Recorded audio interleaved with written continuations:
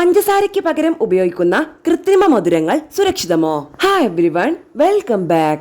പഞ്ചസാരയേക്കാൾ മധുരം, പക്ഷേ പഞ്ചസാരയുടെ അത്ര കാലറി ഇല്ല.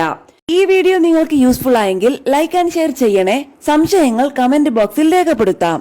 ആരോഗ്യപരമായ പുതിയ അറിവുകൾ വേഗത്തിൽ അറിയാൻ സബ്സ്ക്രൈബ് കൂടി ചെയ്തോളൂ. തീർച്ചയായും ഉപകാരപ്പെടും. പല ബ്രാൻഡുകളിൽ ഇന്ന് വിപണിയിൽ ലഭ്യമായ കൃത്രിമ മധുരങ്ങൾ മുന്നോട്ട് വെക്കുന്ന പ്രധാന അവകാശവാദമാണ് ഇത്.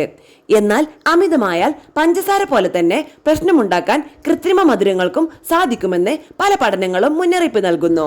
അസ്പാർട്ടേം, സൂക്രലോസ്, സാക്കറിൻ, എഡൽഫേം, പൊട്ടാസ്യം, നിയോഡേം, അഡ്വാൻറ്റേം എന്നിങ്ങനെ 6 കൃത്രിമ മധുര പദാർത്ഥങ്ങളാണ് അമേരിക്കയിലെ ഫുഡ് ആൻഡ് ഡ്രഗ് അഡ്മിനിസ്ട്രേഷൻ അംഗീകാരം നൽകിയിട്ടുള്ളത്. ഇതിൽ അസ്പാർട്ടേം ഉയർന്ന അളവിൽ കഴിക്കുന്നത് അർബുദ സാധ്യത വർദ്ധിപ്പിക്കുമെന്ന് ഫ്രാൻസിൽ നടന്ന ന്യൂട്രിനെറ്റിസ് ആൻഡ് കോഹേർട്ട് പഠനം ചൂണ്ടിക്കാണിക്കുന്നു. ലോകാരോഗ്യ സംഘടന അടുത്തിടെ അസ്പാർട്ടേമിനെ ക്ലാസ് ബി കാർസിനോജനായും പ്രഖ്യാപിച്ചിരുന്നു. സൂക്രലോസ് വയറിലെ ആരോഗ്യകരമായ ബാക്ടീരിയയെ ദോഷകരമായി ബാധിക്കാമെന്ന് മൈക്രോ ഓർഗാനിസംസ് ജേണലിൽ 2022 പ്രസിദ്ധീകരിച്ച ഒരു പഠനവും മുന്നറിയിപ്പ് നൽകുന്നു.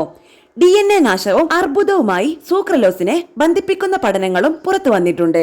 പഞ്ചസാരയേക്കാൾ 400 മടങ്ങ് മധുരമുള്ള സാക്കറിൻ 1879 കോൺസ്റ്റാന്റിൻ ഫാൾബർഗ് കണ്ടെത്തുന്നത് തന്നെ കോൾട്ടാറിന്റെ ഉപോൽപ്പന്നങ്ങളെ കുറിച്ചുള്ള പഠനത്തിനിടെയാണ്.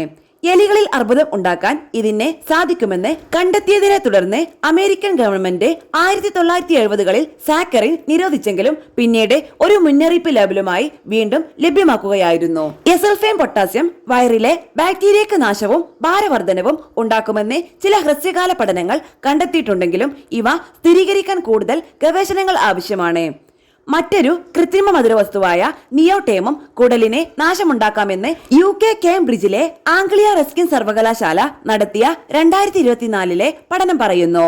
മനുഷ്യരിലെ കുടലിലെ ആരോഗ്യകരമായ കോശങ്ങൾക്ക് ക്ഷതമുണ്ടാക്കുക വഴി IBS പോലുള്ള പ്രശ്നങ്ങളിലേക്ക് നിയോട്ടം നയിക്കാമെന്നും പഠന റിപ്പോർട്ട് കൂട്ടിച്ചേർക്കുന്നു. എന്നാൽ ഒറ്റപ്പെട്ട ഈ പഠനങ്ങൾ കൊണ്ട് മാത്രം കൃത്രിമ മധുരങ്ങളെല്ലാം പ്രശ്നക്കാരാണെന്ന നിഗമനത്തിൽ എത്താൻ സാധിക്കില്ല.